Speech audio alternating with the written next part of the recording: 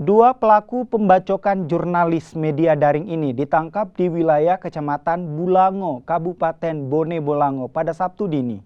Keduanya diketahui berinisial AL dan IM yang warga Kabupaten Gorontalo.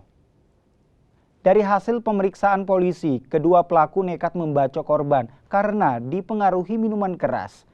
Para pelaku bahkan sempat melakukan tindak kekerasan pada korban sebelum pembacokan. Selain menangkap para pelaku, polisi juga menyita 1 unit motor dan sebuah parang yang digunakan untuk menganiaya korban.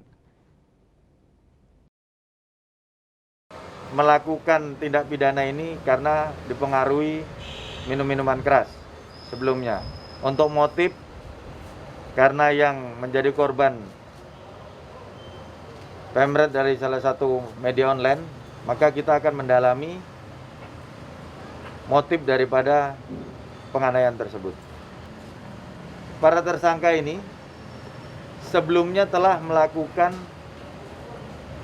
penganiayaan terhadap orang-orang yang ada di sekitar lokasi tempat dia menenggak minuman keras.